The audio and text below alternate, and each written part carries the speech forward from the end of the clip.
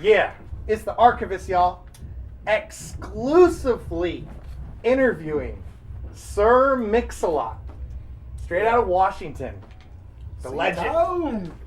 And who is the zagging, Grammy Award winning Sir Mix-a-Lot?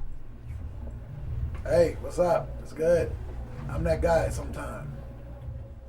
And Roosevelt High School, Yesler Way in Central District and the South Side back in 1983. The request lines open with Nasty Nez. Let's hear the start. Yeah, you know, initially, my family was full of a bunch of music lovers. Like, it's something we lose sometime in hip hop. We start thinking hip hop's not music, but we were like music lovers. So, pre-hip hop, you know, I was listening to a lot of George Clinton and P-Funk in the house. And my brother was a jazz fan, you know, the Crusaders and Peter Frampton, and you know, he grew up with Hendrix, so you know, a lot of that stuff was in the house. And so, music. And my mom listened to a lot of blues, Bobby Blue Bland, and you know, and all that stuff, and Howlin' Wolf, and all that cat. That's some of that Smokestack Lightning. They call that the Viagra track now. So music was always around me, and I grew up writing a CD in the hood in Seattle, 19th and Yesler, Bryan Manor Apartments. That's where I was, and I came up during busing. And busing was like where they would take, you know, black folks to the white area to go to school, and take white folks to the black area to go to school to try to get us to integrate, which in my opinion was one of the best things they ever did. Some people got mad about it, but it let me know that there was something out there other than just my culture. So all that gumbo created Mix-a-Lot. So I really didn't go into music with these rules. Like, shit had to be kept a certain way for it to be real and all that. And that's kind of where I came from, man. It's just a mess of different types of music, man. And I was seriously into it, though, not just listening to it casually. I would sit there and listen to Parliament songs and study every little nuance, every little twist, every little turn. And then when hip-hop was born, I knew I couldn't sing, so when hip-hop was born, I found something I could do. So that's how it happened, man. And Nasty Mix. Yeah. I just love my beat. I'm a trip to the classic Posse on Broadway and the record Some Wild Ass Silly Shit. Swass, were you inspired by the Run DMC, Gucci Crew, and 2 Live? You were a fan of Ice-T. Oh yeah, how can you not be a fan of, how can I not be inspired by, you know, like 2 Live Crew, but really Run DMC for me, they were the first act to let us know. When I say us, I mean the cats that were underground, or the cats that were coming up, I should say. Run DMC was the group that let us know we could actually make it. We could actually land MTV, and everybody got hungry. So cats like me and Hammer and, you know, LL was already brewing. We just started going at it. We didn't really know what we were doing. We were just going at it. So yeah, I mean, that was really my initial. I was really inspired by funk and stuff, but Run DMC let me know that the game was accessible, and that's what made me. It wasn't about money either. It was just like I wanted to hear my voice on a record. And that's how Nasty Mix got started, man. It was a dream. My dream was just, I was a DJ. So I just wanted my voice on vinyl. And Seminar, how did this go? And performing alongside the worldwide Wrecking Crew, touring with NWA, when Too Short blew up 6 months after. That's a West Coast rap milestone, Wembley Arena. Let me tell you something. We did like, Posse on Broadway was new. And by the time Posse on Broadway was out, I was already working on Seminar. So,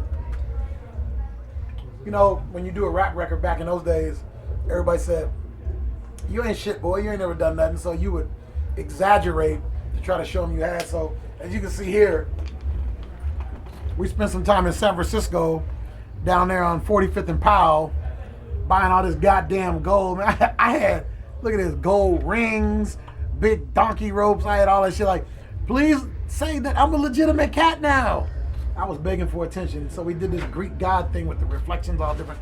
Really some bullshit. But I remember eating some humble pie, man. We did Oakland, California.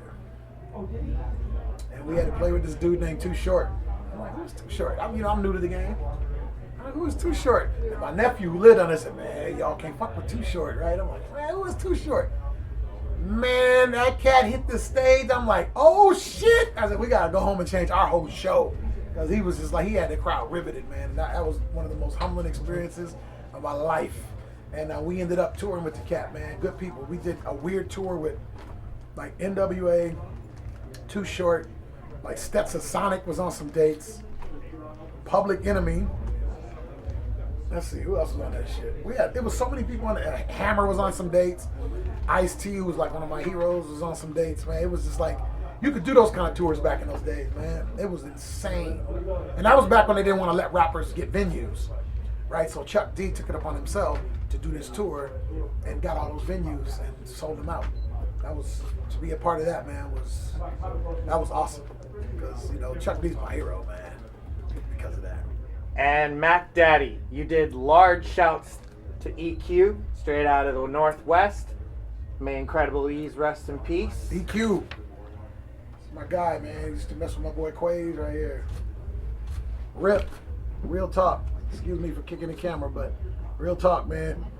These cats had ears, man. I remember I let Quays in my studio one night, and next morning there was an album done. I was like, damn. And to the double platinum single, Baby Got Back, and working with the legendary Rick Rubin. Classic. Yeah, so Mac Daddy, this was like when we, you know, back in those days, you keep in mind, this was pre-Twitter, pre-Facebook. On an indie label, there's only so far you could go. We had a platinum record on an indie label, then the second one we did about 750,000, so we passed gold. But we could feel that we were reaching a ceiling. And then Rick Rubin called. And I had a couple problems with Nasty Mix, so I moved on. And man, let me tell you something. Rick Rubin taught me more in 3 months than I learned my whole career. It was bigger than just me doing records. It was bigger than just me making noise on a record that nobody gave a damn about. What was beautiful about Rick is he taught me about image and the importance of image, the importance of branding. And I always thought that was sellout shit, but it wasn't sellout shit. That's business. And a lot of people need to understand that. And that's where Mix-a-Lot went from just being a rapper to a rapper that was also a businessman. And it was humbling, man. I mean, doing the video we did, Baby Got Back, it was weird to walk in and you're looking at all these people, but coming from Seattle and coming off an indie label, I was so humble. I'm like, what are these people here for? It's like, you. I'm like, really? Damn. I mean, it was that big of a production. It was probably, you know, back then a $200,000 video, which was cheap back then. It was a humbling experience, man. This record here, what was cool about Mac Daddy, it was my biggest record. It was my third record. And as you can see, a Lamborghini on this cover, which means I made some money before Baby Got Back. Some of us don't realize that. See that big old ring? That was pre-Rick Rubin. So what it did though, it made it gave me a different type of fan, right? So you have Mix-a-Lot fans and you have Baby Got Back fans. Baby Got Back fan, they could give a shit less about Posse on Broadway, right? Just show up, give me my butt song, I'll get drunk and I'll go home, right? Then the Mix-a-Lot fan, they're cool with Baby Got Back, but that's not their track. They want Posse on Broadway, they want My Hoopty, they want Beepers, they want I Got Game, they want Rippin', they want, you know, the vintage Mix-a-Lot. Unlike some artists, I don't shy away from that. I love it. I don't think you should shy away from either fan. Keep both of them. I learned that from Metallica. Keep both of them. And Seattle versus Tacoma, Washington. The hip hop haters break down the history on this, and is it still been talked about since it began? It ain't no joke. Us Canadians need to know. I didn't know there was a beef. I didn't know. This is the first I'm hearing that. I didn't know there was a Seattle versus Tacoma thing. I mean, you know, back in the day, me and High Performance was on the same label. They were out of Tacoma. Criminal Nation, you know, I didn't know. So that's news to me. I'm tripping. That was from the up and comers. Every time I'm around the scene, people. Yeah, there were some beefs. The only beef I knew about was, you know, fuck Mix-a-Lot.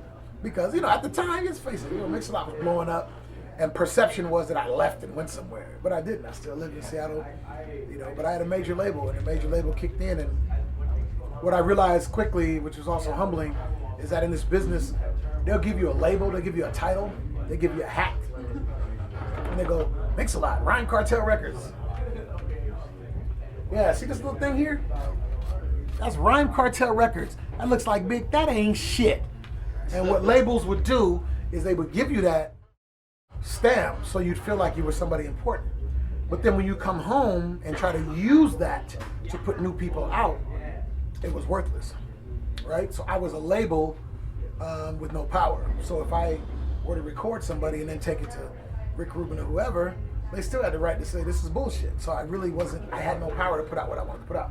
So you had that going on back in the '90s where cats were getting labels and the labels didn't do shit. It was just like a name, and I was a victim of that. That's why I love the game now, but we'll get on that later. And Chief Bootnaka in '94. Sleeping with My Funk. Yeah, this Take record. My Stash. How was the record? That was a beautiful year for hip hop culture. Monster Mac and so many bangers. Put them on a glass. Yeah, goddamn, man. Look at this record, man. This is goddamn. Chief Bootnaka. Putting it mildly, I was feeling myself on this record. Like, way too fucking much. I'm serious. I was like, I'm serious. I ain't even gonna lie about it. I mean, I could lie and say, well, you know, I was trying to expand and look somewhat bullshit. I was really feeling myself. Like, look at this shit. Look at this cover. I was in a big full-length fur. That wasn't no fake fur. This was some real shit. And just chicks. And you could come to my house in this era, real shit. And there would be like 5 women at the house.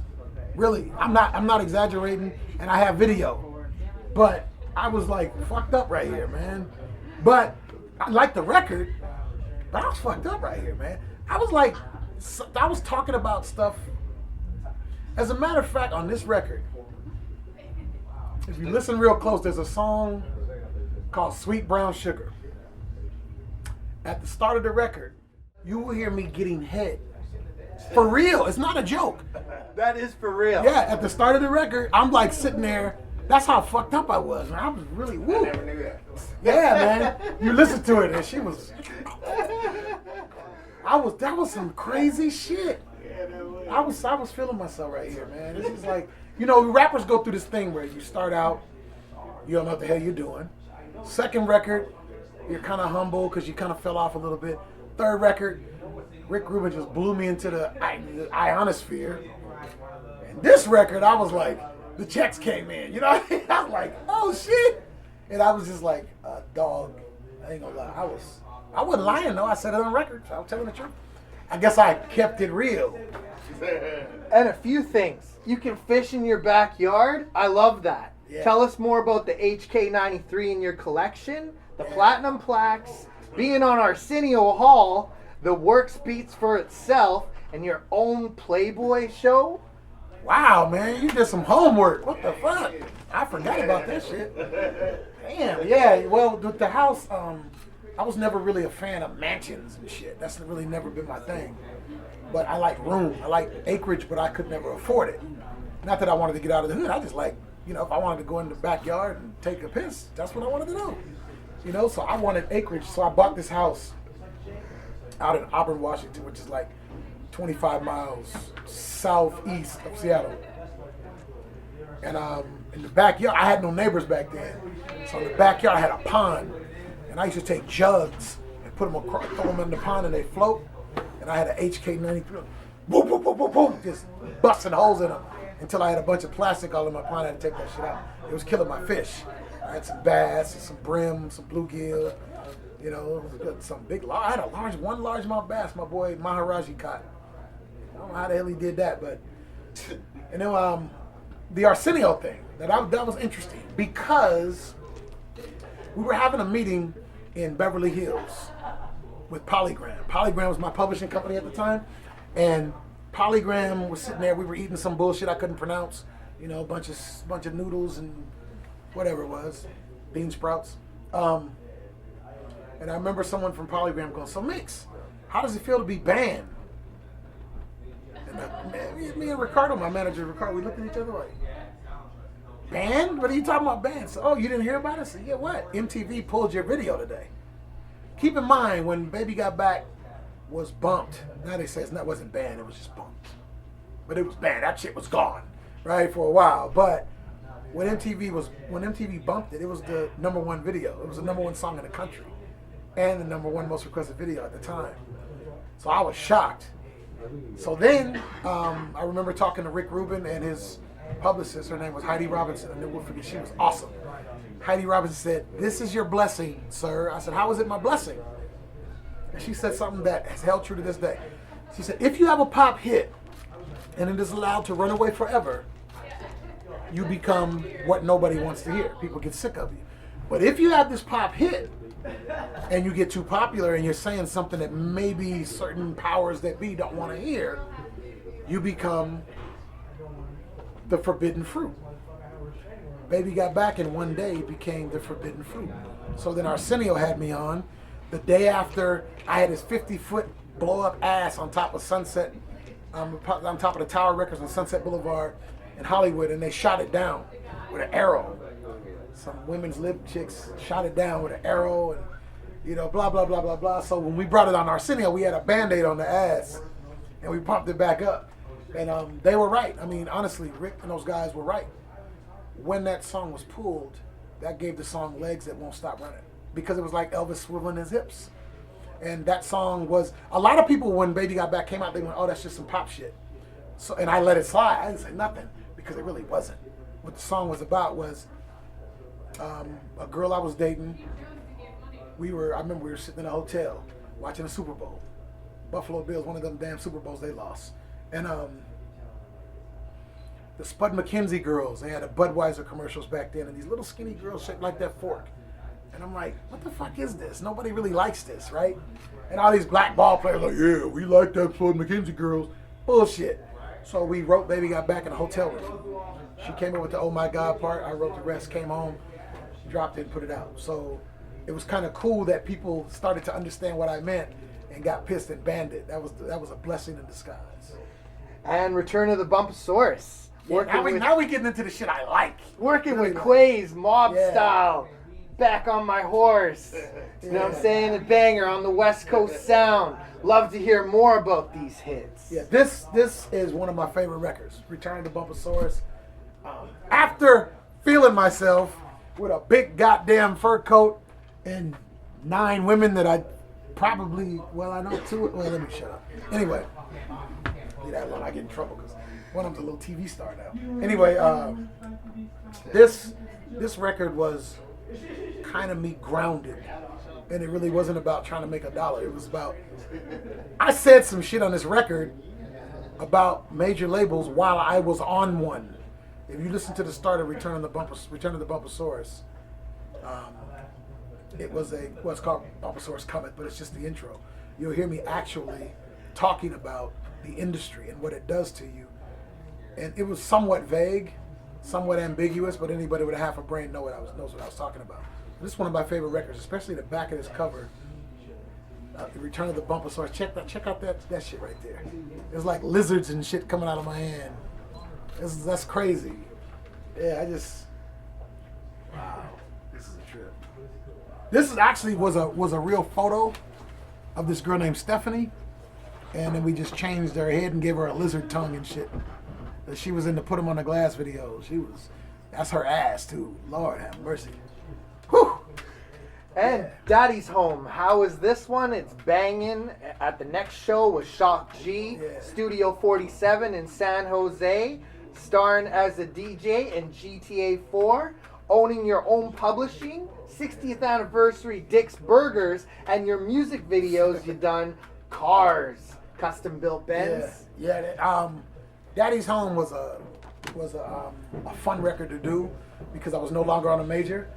So I had I don't give a fuck. I just did what I wanted to do because a lot of times, honestly, and anybody that knows me knows this, I would suppress my skills for records.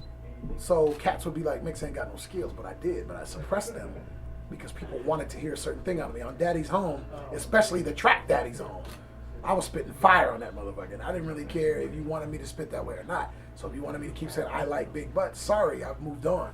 Not that I don't like doing that, because I'll give you a 10-minute version in a minute. I hate artists that do that, by the way. Don't get me started.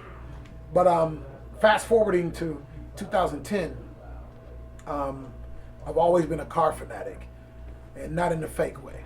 You know what I mean by the fake way? A lot of these rappers got cars they can't even drive. I saw a dude on TV bought a Ferrari and couldn't pronounce the name of it. I saw a guy that bought a Lamborghini Gallardo, and he called it Gallardo. Lord have mercy. I mean, don't get me started. But anyway, I'm a true car lover. And I'm an enthusiast, not a collector. Fuck a collector. I drive my cars. So I wanted to do a song that was a tribute to exotic car cats. And I realized it wasn't going to be something I could put out on large scale, right? Because everybody can't afford those kind of cars. So what I did, no, we didn't rent a car. We didn't do the LA shit in front and sit on the hood of somebody else's shit. You could not be in that video unless you actually owned the car. So that's why you saw personalized plates and stuff in that video. Those were owned cars. Those and no trust fund babies. These cats earned their scratch. Every single one of them came up from nothing. And they're all my buddies, and we went out and we paid for a airplane strip. And other than the Rolls Royce Phantom, we wouldn't let anybody in the video that didn't break 150 on that strip.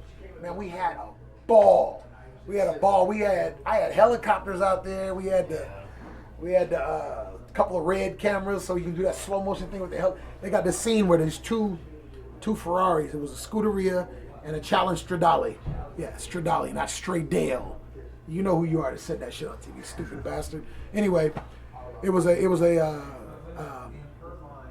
had the Scud or Scuderia, which is basically a 430 kind of stripped down and light. And then we had a Challenge Stradale, which is the same thing for a 360. So this guy walks up, this old man, he goes, with a country accent, I know what he said, you know, them two red cars right there, them Italian cars, I got one of those in the airplane form. The fuck does that mean? And he opened his garage, I'm like, oh shit! And he pulled this thing, it was like an Italian vintage airplane that was Ferrari red. So we had him do a flyover. We had the cars get up to like 140. He would fly over and we try to, right when they got even, then in the video you'll see we slowed everything down and it looked like the propeller bent backward. Don't get me, I love doing that video. That's the funnest video I ever did in my life. We had no rules. It cost me a lot of money, which really fucked everybody up because everybody's like, I thought that motherfucker was broke. You know, but that's what happens when you own your publishing, right? You brought that up, didn't you? Yeah, more people need to think about that. And exotic cars, owning more than 15 to the BMW 850i. Old school. Lambos, Ferrari F430, driving a McLaren, the Bugatti. I don't know the Bugatti. Collection. I wish I did own a Bugatti. Woo. It's car porn. Yeah, it is. I mean, no, I've had a lot. I've had, you know, you got to remember, see, I'm an old motherfucker, right? So I grew up on like Miami Vice, right? So Miami Vice was like, if you watch that, you wanted to be that was before a baller was a word. They was just cold as hell, you know, and I bought, first thing I bought, of course, I bought a Testarossa. That was my first exotic. And I didn't get the white one because I thought that was a little soft for me. Black. And I put it on the back of my I Got Game singles. I'm going to run through them right quick. So I bought my Testarossa. Then I bought a 348 Spider. I bought another Testarossa. I bought two Lamborghini Diablos, two 430s, one 360, and a whole bunch of Benzes, a bunch of AMG Benzes, a bunch of BMW 850s, 7s, Porsche Gambala, Porsche Turbo, Porsche America Roadster, Porsche Turbo Cab. What else I have? A Ferrari 612, Bentley Turbo R. McLaren MP412C. I can't even remember all this shit I had, man. Golly, I had a lot of cars. Bad investments. You guys buying these cars, take it from me, take it from an old man. Don't write a check and buy the car. Because you're not going to keep it, right? You're going to keep it about 2 or 3 years. Go in there, they give you a lease payment or whatever it is. Write one check, pay all the lease payments, drive the bitch for 3 years and give it back. Trust me. Do not let someone else. Give an example. I bought a Lamborghini Murcielago for, I'm not going to try to show off money, but a lot of money. 50% of the money I took in depreciation. I kept the car 3 years, I got rid of it, and I got that money back. If I had just made that 50% in lease payments and kept that other 50% I spent on the car, I could have used that and made money on it. So those of you who like exotics, don't write a check. And believe me, don't be proud instead of doing, I paid cash. No, really that makes you a stupid motherfucker. Real shit. I did it, and Economics 101 should be taught to all rappers. So I'll just say that. And after a 20-year wait for Seattle to make noise again, Key Arena. How has the Macklemore experience been? You know what, man? I say this, man. people for some reason want me to beef with Macklemore. I never have understood that. It's like, for what? Shit, I mean, he got all eyes on Seattle. You don't beef, you better try to capitalize. I did a video with him, White Walls, and I met Ryan Lewis. And let me tell you something, man. The difference between the business then and now, night and day difference. In my era, you know, you didn't realize, but you were brain numb. You were just numb because you were spoiled. Everything was done for you. You showed up and this was ready, that was ready. Those guys grind. And they don't have like a major tit to suck on like I did. And they deserve everything they're getting. Because I'm going to tell you, man, remember I said this to him. Ryan Lewis will be the next Martin Scorsese. Remember I said that. That cat shoots his own video, edits his own videos, writes the scripts, directs them, everything, right? And these cats grinded it out. And I always tell kids now when they ask me, how do you make it? I'm like, don't look at my example. My example doesn't exist anymore. What Macklemore did is what's real. And what he did was he created a brand, and he has his own following. And that following gave him power. So when you have 2 million followers who are active, 2 million followers who are engaged. In other words, not 2 million followers who go, you're so sexy, I want to make love to you. And then you say, buy my record. And they're like, no. 2 million followers when you're doing a video at Dick's on Broadway and you tweet, I need a couple thousand people, and 10,000 show up. That's followers. And when labels see that, when sponsors see that, this is how you make money now, y'all. Listen to me. That power that builds your brand. So, what are you going to do when you get that? You can abuse it. You can utter motherfucker, shoot somebody, whoop somebody's ass, go to jail, and mess your image up. Or you can take that brand and leverage that brand. So now you can do what Mac did. You can go to Warner Brothers. You can go to a label and say, look, I need you guys to work my shit to radio. Something a major would be like, what? We want to sign you. I'm going to give you a cut of this record if you work at the radio. They can't say no, because why? You got 200 people on the phone, literally, that you can just say, buy my shit, and they get a cut of that money. That is real power. And what the internet is pure circumvention. It allows artists to circumvent that old system. So the Macklemore show, I did one with him in 2011 when he was just taking off. And I remember he was trying to sell out the next show, and I remember him taking his phone and holding it up in the air, telling everybody, film this shit and tell blank that we're coming.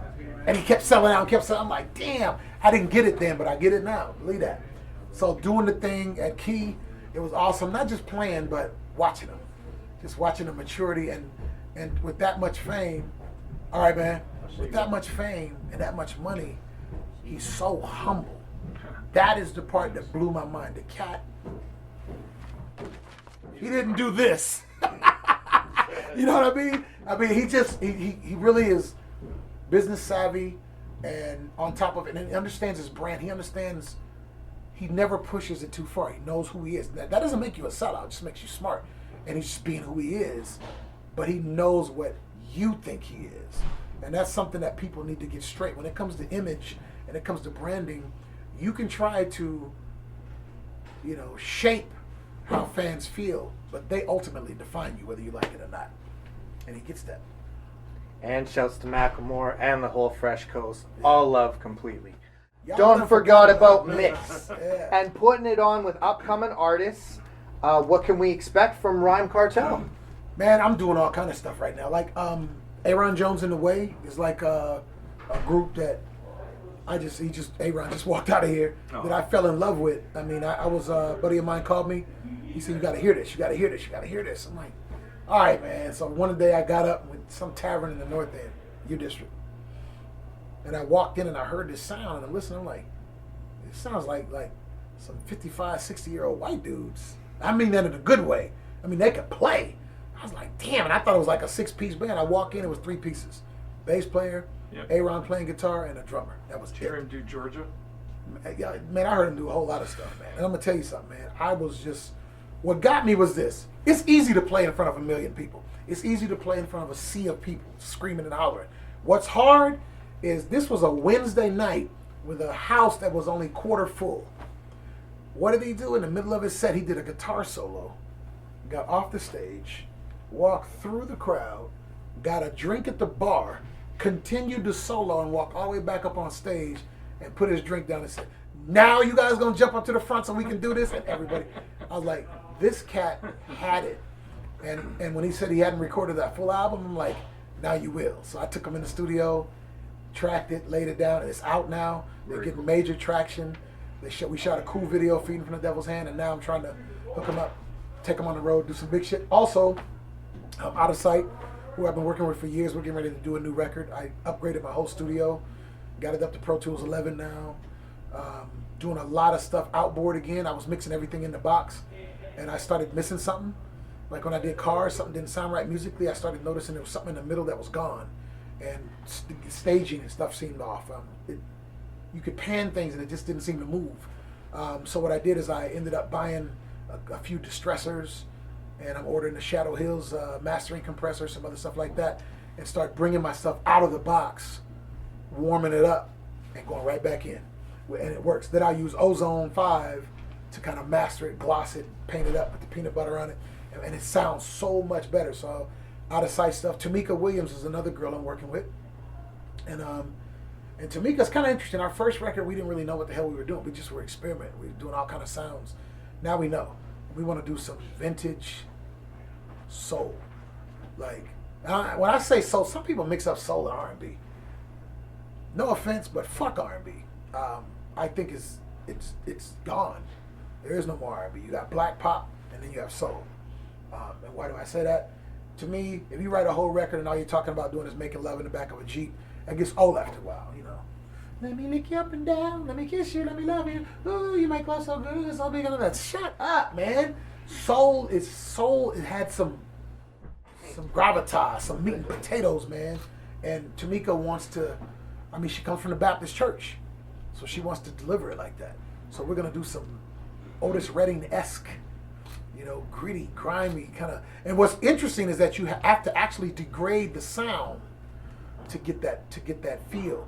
You can't be all glossy and pretty and big because it sounds fake. So you have to use kind of dirt, and you have to kind of intentionally degrade some of that stuff. So compression is going to be used a lot, and some bit reduction is going to be used a lot. It'll be a lot of fun. And your next album? My next album, Done Forgot About Mix. It's actually done. I'm trying to figure out a way to release it where it doesn't look desperate, because people have this opinion that when you reach a certain age, you do records because you're hard up for money, which is bullshit. If you're hard up for money, I got news for you. Doing music might not be a good idea, because the majority of people don't make money doing music nowadays. You make money touring, but not doing music. So I'm trying to do it in a way that's organic, that's connected to the people. And I have a few ideas. One of my ideas is I bought a bunch of the Black Magic video stuff. I bought a live switcher, and I bought this thing called a Terra Deck that allows you to record, you know, high def, record to a little, you can take your little SSD, slide it in a car, pop, and then on the opposite side of that, you can also live stream. So you can stream and then edit the content and put it up later. So I got the idea from watching Daryl's house. They're all John Oates. And I said, you know what if I record my studio sessions as I'm putting this record together? What if I let people come in and comment as I'm building songs?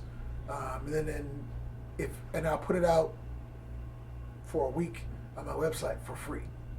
Right? After that, it goes to iTunes. So if you're watching it, you come and get it free. I just want to make sure it's organic and connected to the people and not big and glossy, because that shit doesn't work anymore. So the record's done. We'll see what happens. And the best tour and largest crowd you've ever rocked? Well, that's two different things. The largest crowd I ever rocked, I remember that like it was yesterday. It was a messed up show. Wembley Arena. Oh my God. It was like Afrika Bambaataa, Grandmaster Flash and the Furious 5, Mantronics. No, Dougie Fresh wasn't on that. What's the dude? DJ Cheese. It was so many people. Wrecking Crew was out with us, and I knew nothing about doing shit in Europe. So I got my DMX, I got my 808. I'm ready. I'm about to do some damage. I got my shit. Let's do this. Then I found out they don't have 120 over there. I'm like, how am I supposed to plug my shit in? You can't. And I got to go on stage in 30 minutes. So I'm like, oh no. So I had a cassette. If y'all don't know what cassettes are, look it up on Google. I had a cassette, a thing called a Walkman, Sony Walkman. I took that cassette, that was my rehearsal tape, and it had all my instrumentals, and I literally had to plug the Walkman radio in with a line level jack to a mixing board, and I actually had to play in front of 30,000 people off of Walkman. Woo! I was scared. Off a battery. So that's the biggest. Now the best tour, I would have to say, was the tour I described earlier, Public Enemy, because it was so diverse. Public Enemy, I got footage of that somewhere. Public Enemy, NWA, Stetsasonic was on some dates, Hammer was on some dates, Ice-T was on some dates, and that was, I learned more about the business on that tour, man, than I did all my previous years. I was just like, wow, I saw shows. I realized that I had some work to do. How many people? Oh, every night, average of 15 to 17,000. And we were all over the place, up and down the East Coast, all through the South, all through Texas. And what Chuck was doing that was smart. Chuck was bringing acts in that were hot in various regions. He was a genius about that. He would, Hammer's hot here. We'll bring him in here. Ice-T's hot there. And he was bringing them in. Like, it was awesome. That was the shit. Chuck D is a genius, bro. He doesn't get enough credit for it, in my opinion. Anything exclusive you have to say about NWA by touring with them? All I can say is this, man. I mean, I'm going to get big and lofty here for a second, but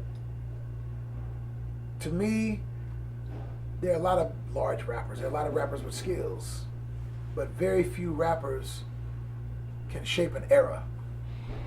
And I only know maybe 3, maybe 4. Obviously Run DMC. I mean, they defined that era by basically taking rap from the hood and putting it on MTV. But more importantly, I think culturally, the cultural shift I saw was when NWA and Public Enemy, which is weird because they ran concurrently. And people would say, really? They did? But they did. They ran concurrently. So you had NWA were like reporters from the street, man. And I watched hip hop change. Like, it was incredible. I watched the West Coast change and I watched the East Coast change. I was ashamed to wear big gold chains when listening to Public Enemy, and I had on my medallion and shit. And it was just a. Chuck D took the N word out of rap for like 3 years. You think about how much power that is, to pull that word out of rap for like 3 years. He would never say that, but he did. And like NWA, doing fuck the police and all that shit. People thought it was a joke. And then Rodney King happened. It was like, oh, they could have jumped up right then and said, told you. So those two, in my opinion, defined an era more than any other rap artist ever. And the other one would probably be Tupac. Tupac kind of defined an era. He and Biggie both, actually. I just wish they didn't have a little beef, but they really did define that era. And your best hip-hop memory you've been part of or contributed to? Let's see. Ooh, man, that's... God damn, I've done a lot of shit.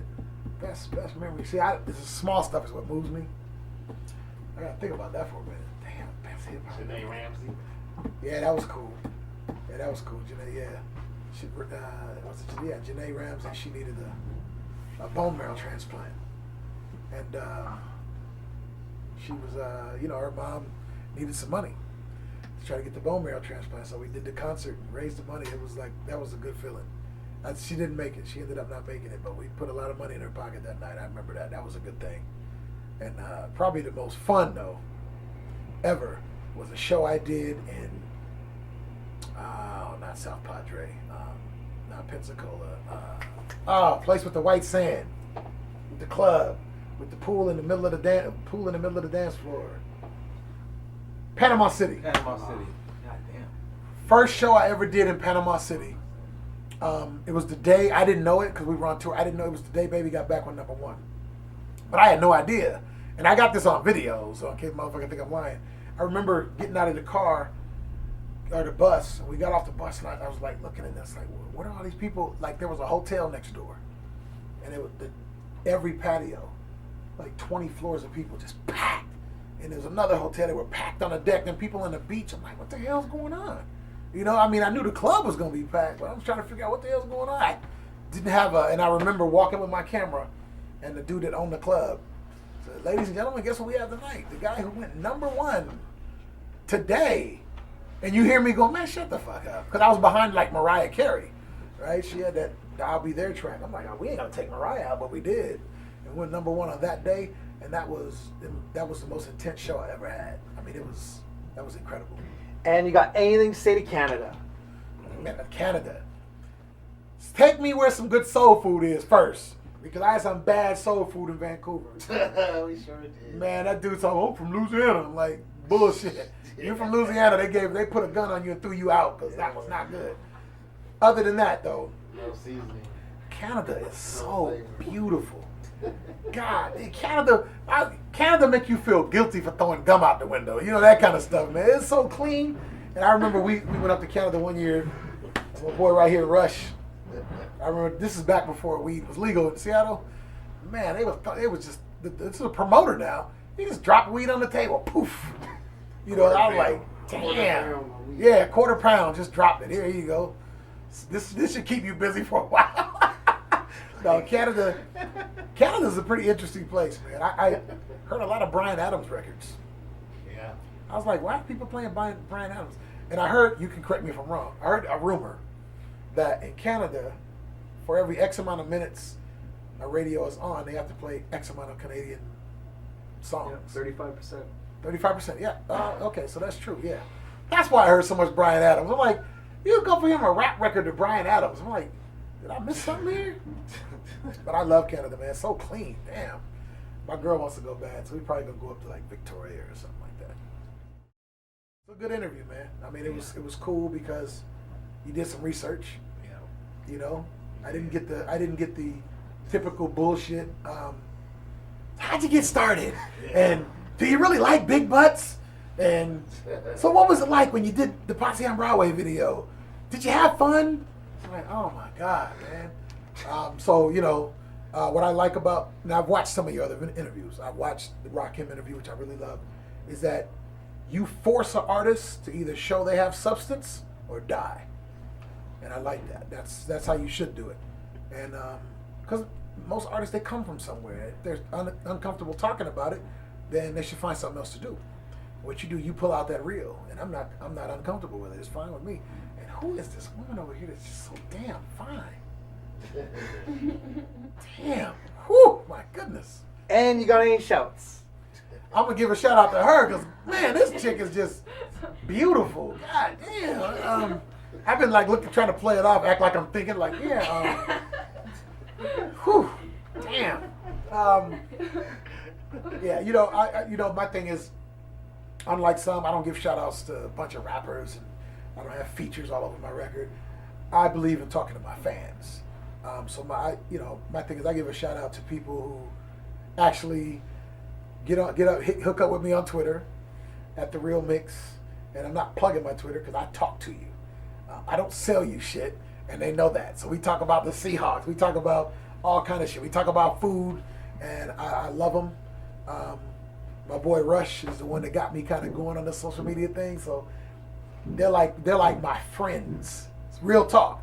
I mean, I interact. So I don't have no ghostwriter either. It's like, that ghostwriter. You sitting around telling somebody man, what kind of phony shit is that? So yeah, really just love to my fans, especially the ones who stuck with me, the ones who truly know me. And when I say I love them, I mean that. I mean, a lot of cats say that, but they just want their money. No, it's not that. I view fans, you're my employer. And, when I show up to a town, I don't do 15 minutes and get off stage just because I can get away with it. You know, I don't lip sync over the top of my own words or whatever the fuck cats do now. You know, yeah, I give it up because you are my employers, and that's the way rappers have to look at it now. You know, fans, there ain't no record label, so you either understand that they're your employers or get out of the game. Because you answering to a record label, you got it all backwards. I answer to them right there. And shouts to Sir Mix-a-Lot and the homie Grinch and the Wild Buffalo out in Bellingham, Washington. And this is the Archivist, and you already know the name, y'all. And I got some brisket waiting on me. And who is this girl with, man? Man, you guys have no. She's like a queen. Like Like she should be in Mortal Kombat, like one of the queens that come out and whoop everybody's ass. It's just fine. Damn. It's obscene.